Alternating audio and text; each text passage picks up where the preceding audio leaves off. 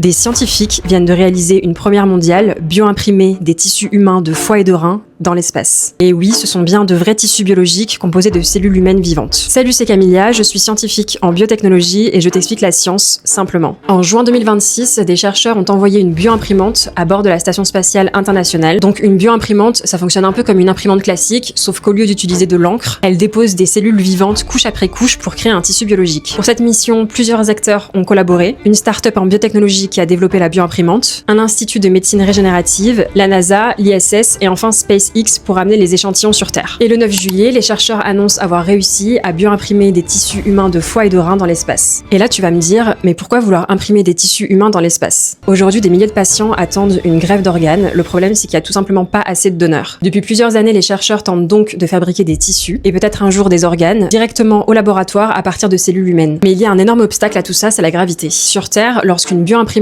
dépose les cellules couche après couche, les structures fraîchement imprimées ont tendance à s'affaisser sous l'effet de la gravité. C'est un peu comme si tu construisais une tour avec de la chantilly. Résultat, il est difficile de produire la structure complexe d'un véritable tissu humain où les cellules doivent s'organiser avec précision pour fonctionner correctement. Les chercheurs ont donc eu une idée, profiter de la microgravité, donc cet état de micro-apesanteur dans lequel les objets semblent flotter parce qu'ils sont tous en chute libre, en imprimant directement les tissus à bord de la Station Spatiale Internationale. En microgravité, les structures bioimprimées s'affaissent beaucoup moins, ce qui laisse davantage de temps aux cellules pour s'organiser. Alors, nuance importante, il ne s'agit pas encore d'organes complets, greffés et capables d'être vascularisés, mais ces tissus bioimprimés pourraient déjà permettre de mieux étudier certaines maladies, tester des médicaments et améliorer les techniques de bioimpression. C'est fou, non ?